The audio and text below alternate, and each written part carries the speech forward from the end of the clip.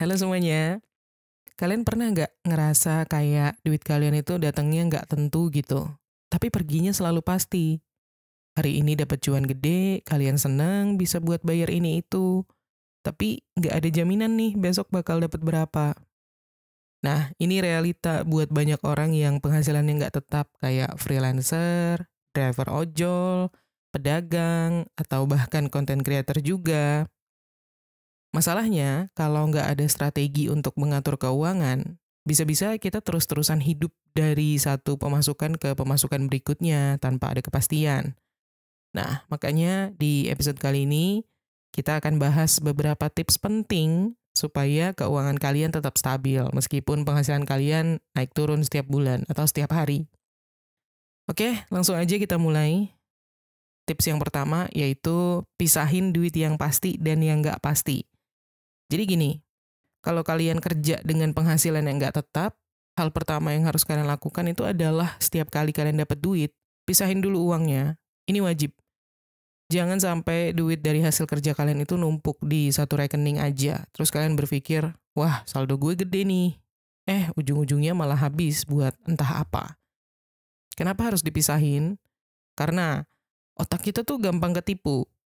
Ketika kita ngelihat saldo masih banyak, kita jadi ngerasa aman dan akhirnya makin gampang untuk jajan atau belanja hal-hal yang sebenarnya nggak perlu.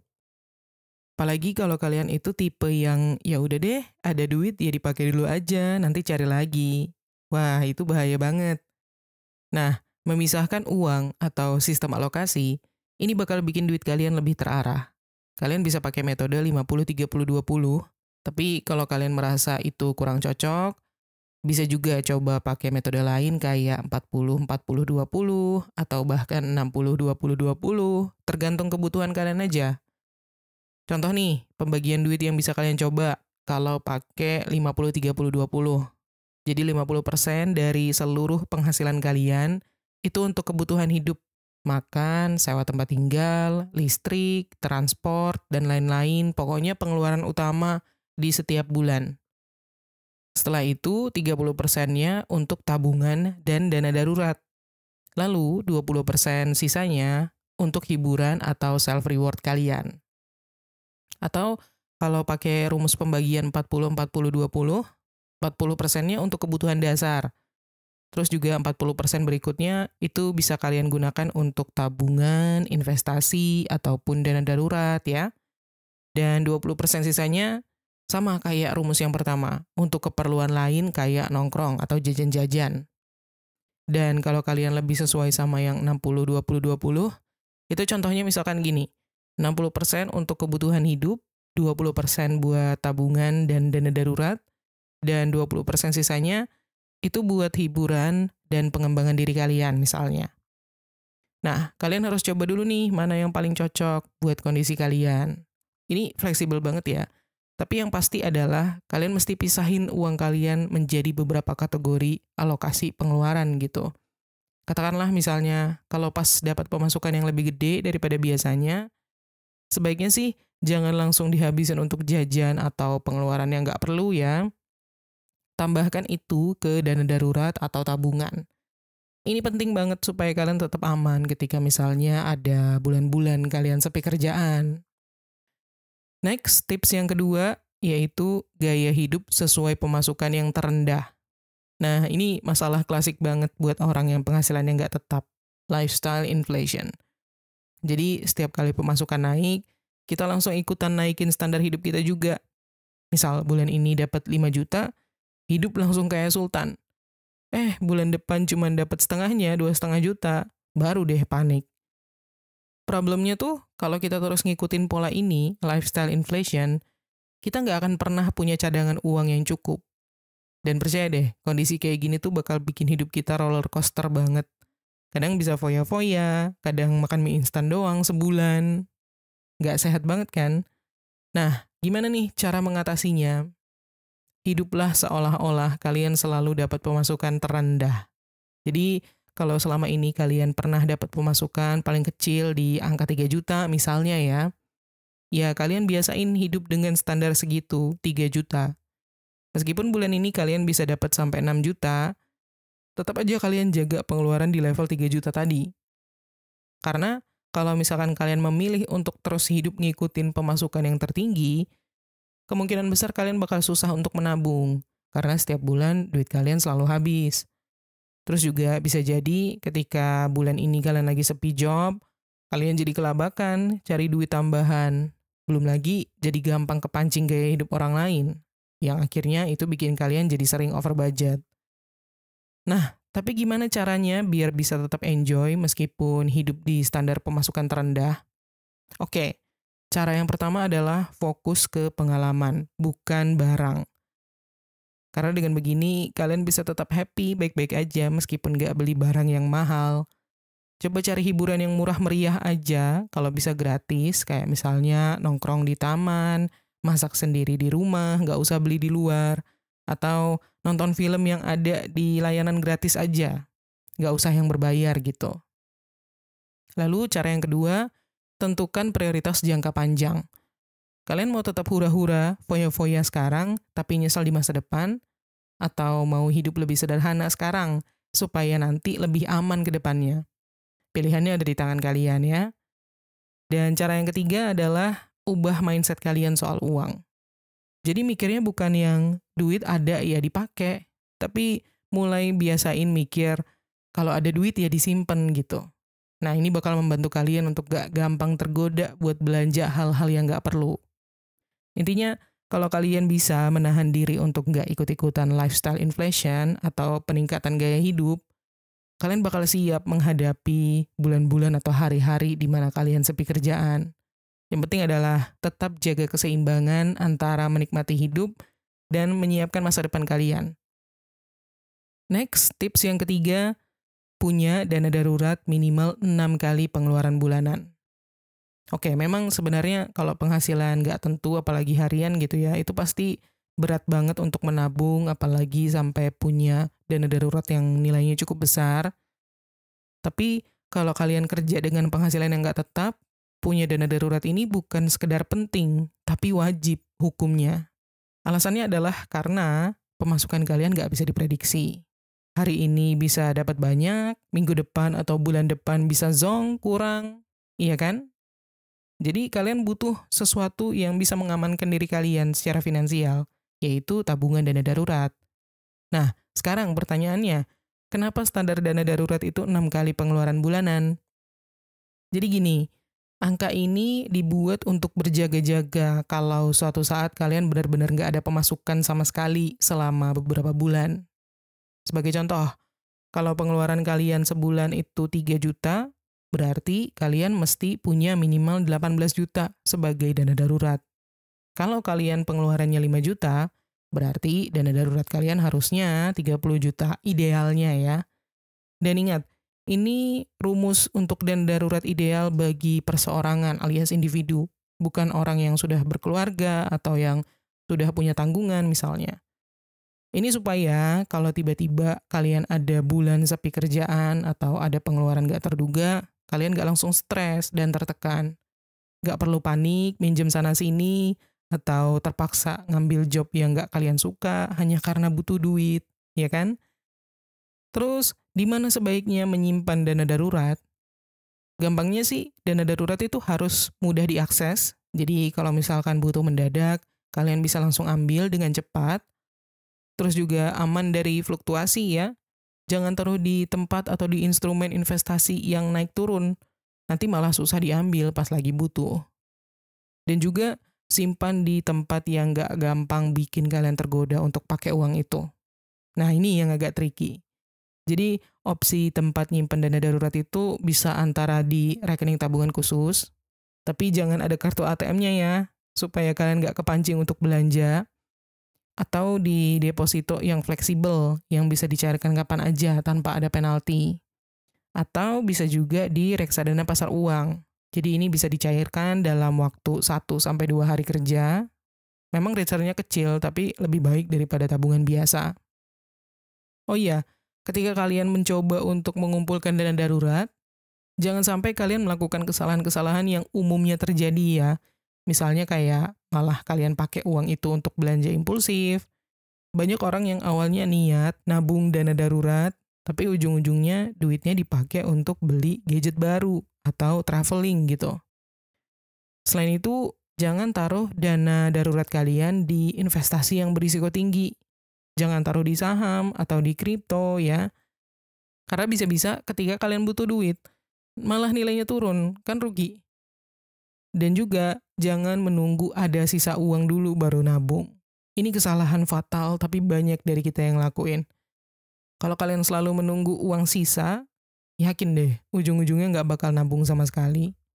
Jadi mulai sekarang biasain untuk nabung dana darurat dulu dan masukkan ini di anggaran wajib kalian, di alokasi anggaran tadi, sama halnya kayak bayar listrik atau makan gitu. Jangan menunggu kapan ada duit lebih. Yang penting adalah alokasinya dulu. Seberapa besar alokasi itu setiap bulan atau setiap hari, itu silahkan disesuaikan masing-masing. Tapi yang jelas harus ada ya. Jangan di-skip nabung dana darurat ini. Next, tips yang keempat, jangan hanya mengandalkan satu sumber penghasilan. Nah, kalau kalian punya pekerjaan yang penghasilannya nggak tetap, kalian jangan cuma puas sama satu sumber pemasukan aja. Sekarang ini era ekonomi nggak pasti banget. Kita nggak bisa lagi ngandelin satu sumber pemasukan aja. Kenapa berbahaya kalau cuma punya satu sumber penghasilan? Karena misalnya nih, kalian bulan ini ada job, tapi bulan depan belum tentu. Kalau satu sumber hilang, kalian langsung stres. Dan kalian jadinya bakal terus-terusan kejar-kejaran sama duit kan? Misalnya, kalian ojol. Hari ini mungkin rame orderan, tapi kalau besok-besok pesaing kalian makin banyak, atau ada perubahan aturan dari aplikasinya, atau variabel lainnya yang bisa bikin pemasukan kalian jadi nggak menentu, tiba-tiba hilang, kalian bisa kena imbasnya. Atau kalau misalkan kalian freelancer ya, mungkin kalian bulan ini banyak klien, tapi siapa yang bisa jamin bulan depan juga sama? Makanya penting banget ya untuk mencari sumber pemasukan tambahan. Contoh pemasukan tambahan atau side hustle yang cocok buat freelancer ataupun pekerja informal, itu misalnya kayak jualan digital produk, kayak misalnya template design atau e-book, atau bisa juga bisnis ya, dropshipper atau reseller.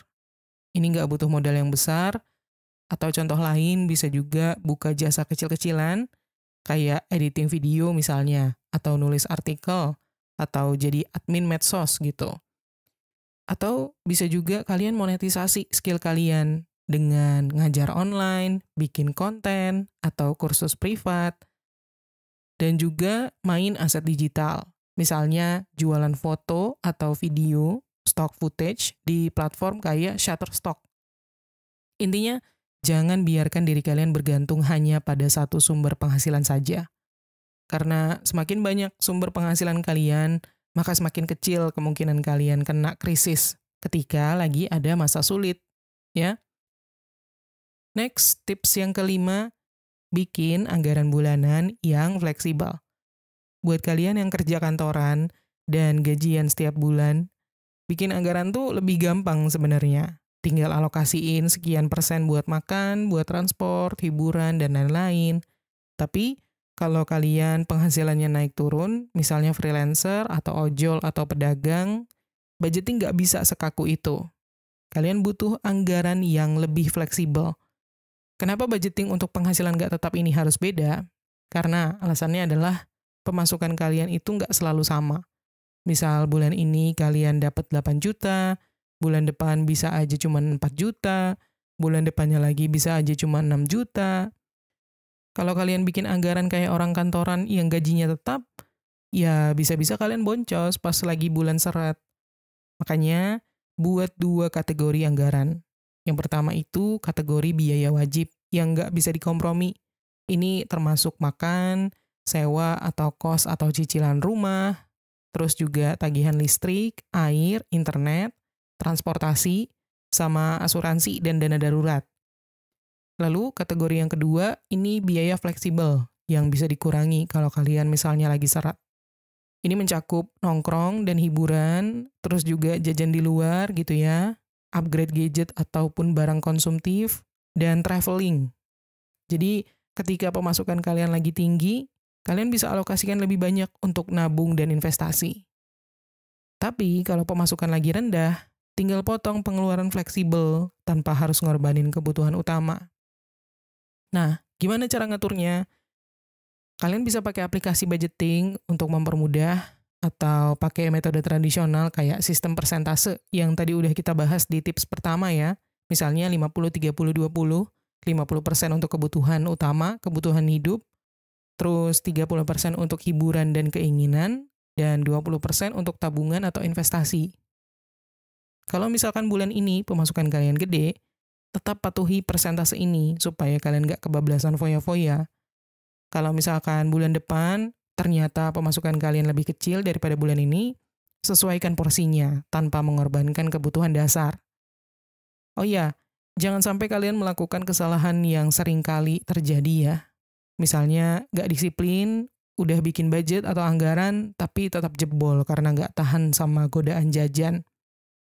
Atau nggak punya rencana untuk bulan sepi, harusnya pas bulan gede, bulan pemasukan kalian gede, sebagian besar kalian tabung untuk nutup kekurangan bulan sepi, ya. Dan juga nggak mencatat pengeluaran. Karena uang tuh ibarat air. Kalau nggak dicatat, bakal bocor kemana-mana tanpa sadar. Intinya, kalian butuh anggaran yang bisa beradaptasi sama kondisi keuangan kalian.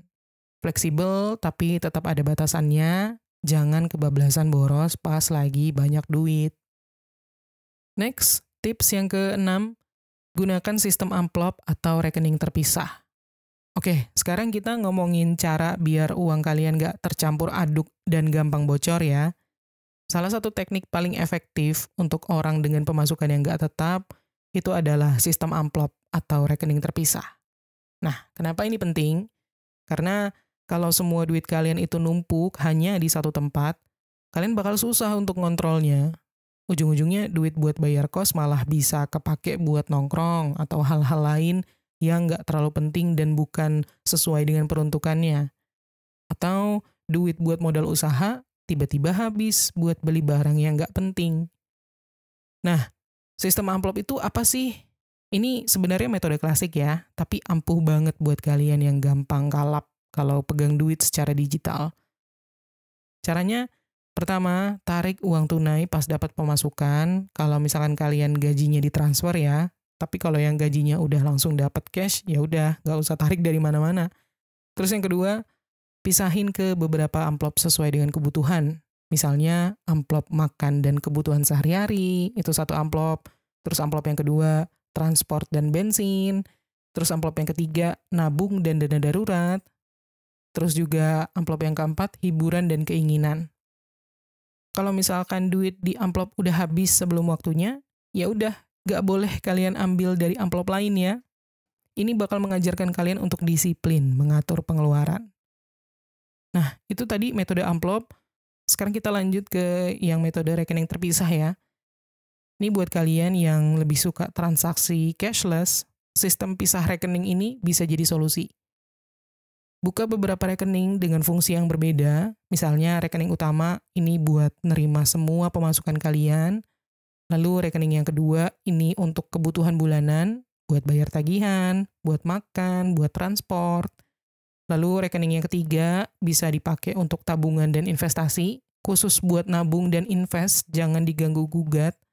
Dan rekening yang keempat untuk hiburan, buat keperluan senang-senang kalian, supaya nggak tercampur sama duit yang wajib. Rekening kebutuhan utama, rekening kebutuhan bulanan, dan rekening tabungan dan investasi tadi ya. Nah, kalau kalian tipe yang gampang khilaf dan suka belanja online, sistem amplop cash lebih cocok nih buat kalian.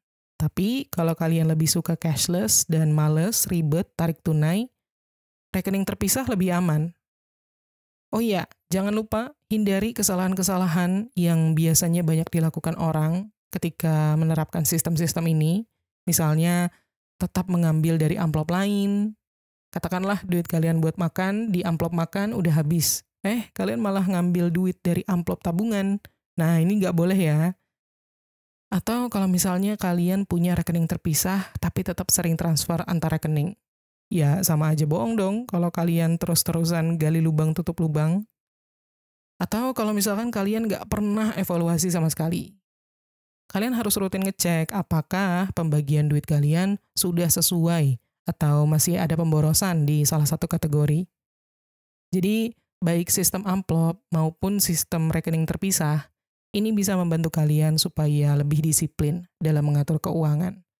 Karena kalau nggak dikontrol, duit kalian bakal menguap entah kemana tanpa kalian sadari, ya kan? Next ke tips yang ke-7, jangan udah nggak tetap malah ngutang untuk hal yang nggak penting. Nah, kalau kalian penghasilannya udah nggak tetap, naik turun setiap hari, fluktuatif, ada satu hal nih yang harus kalian hindari mati-matian, yaitu utang konsumtif. Memang sih, godaan untuk ngambil cicilan ringan atau bayar nanti aja, pay later, itu gede banget.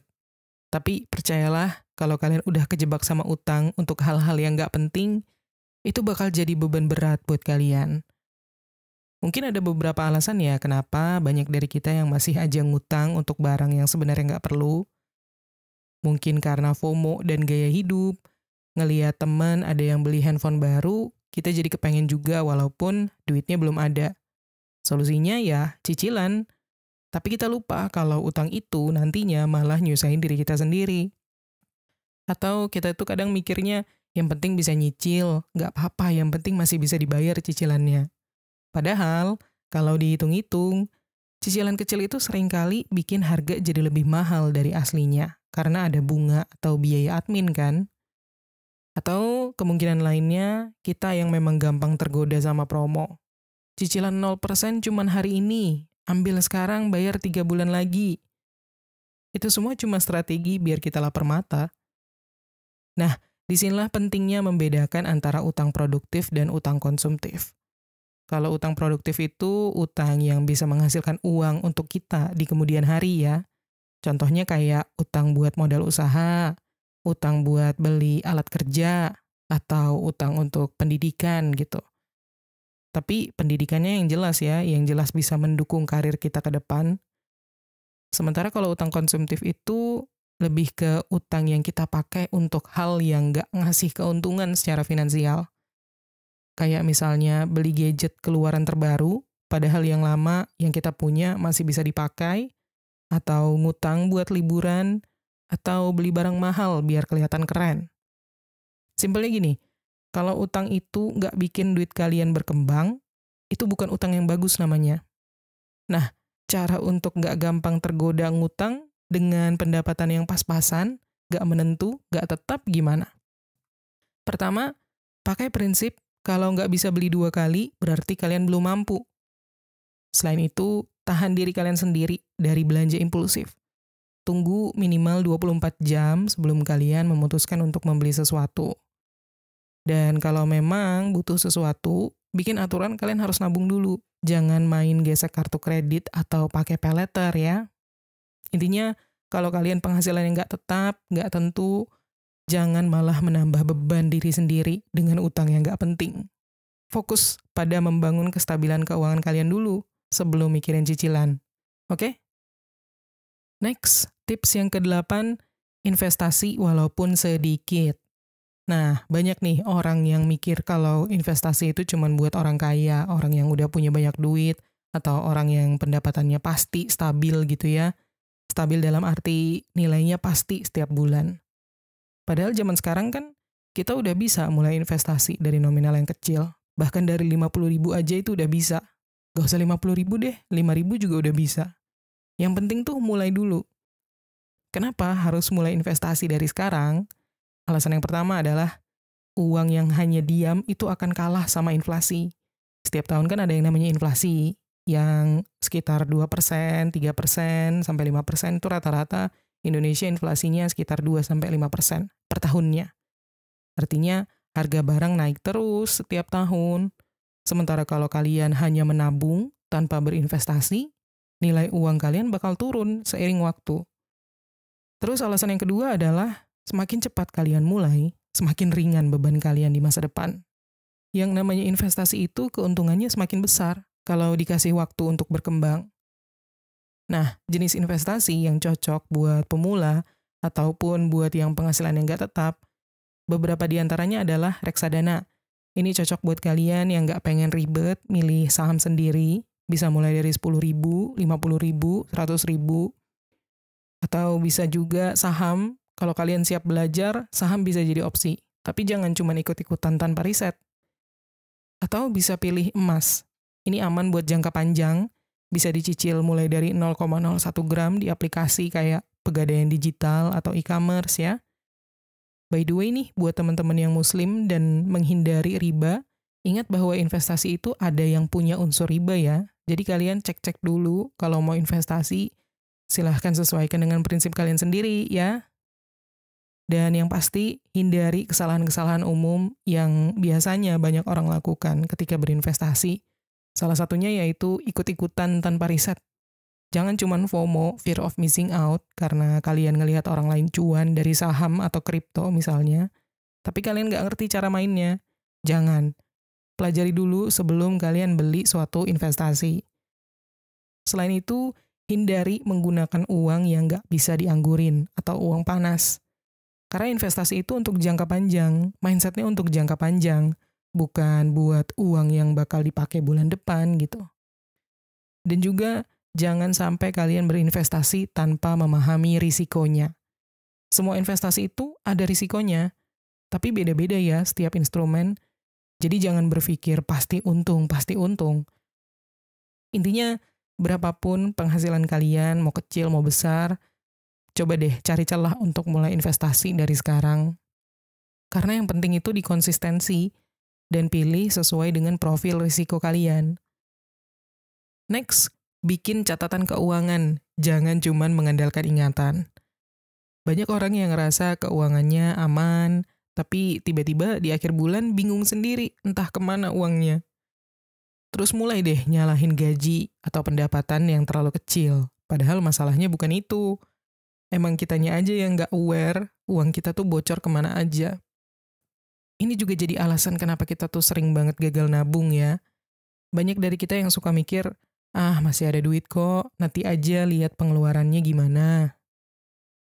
Tahu-tahu saldo udah tipis di akhir bulan, dan kita bingung.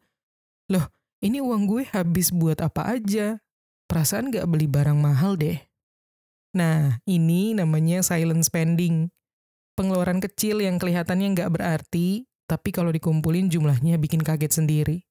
Misalnya, jajan kopi kekinian atau minuman manis lainnya setiap hari 30.000, sebulan bisa 900.000. Belum lagi langganan streaming padahal jarang dipakai, jadinya pengeluaran yang terbuang percuma setiap bulan. Terus juga ongkir karena dikit-dikit belanja online, ini bisa nyampe ratusan ribu tanpa kita sadari. Makanya catatan keuangan itu penting banget. Nah, cara paling gampang untuk mencatat keuangan, kalian bisa pakai metode yang paling simpel aja. Misalnya dengan buku catatan ya, bawa notes kecil atau tulis di handphone setiap kali kalian ngeluarin duit. Atau bisa juga pakai aplikasi keuangan. Ada banyak lah aplikasi keuangan di Play Store atau App Store, tinggal di-download di handphone masing-masing. Atau bahkan bikin catatan di Google Sheets atau Microsoft Excel ya, sekali lagi. Atau bisa juga pakai metode amplop. Ini, sekali lagi, kalian atur batasan pengeluaran per kategori. Misalnya bikin 3 kategori. Amplop buat makan, amplop buat transportasi, amplop buat hiburan. Itu semuanya terpisah satu persatu. Oh iya, kalau kalian tipe yang malas mencatat, aku punya beberapa trik yang bisa kalian pakai. Semoga bisa membantu kalian supaya lebih rajin mencatat. Trik yang pertama, jadikan sebagai kebiasaan kalian. Misalnya, setiap malam sebelum tidur, cek transaksi harian kalian. Trik yang kedua, bikin challenge. Coba catat pengeluaran selama seminggu aja dulu, dan lihat apakah ada perubahan di keuangan kalian. Dan trik yang ketiga, gunakan sistem visual. Kalau kalian tipe orang yang suka ngelihat progres secara visual, coba pakai grafik atau diagram di aplikasi keuangan kalian, supaya kalian lebih semangat dan termotivasi untuk merapikan keuangan kalian.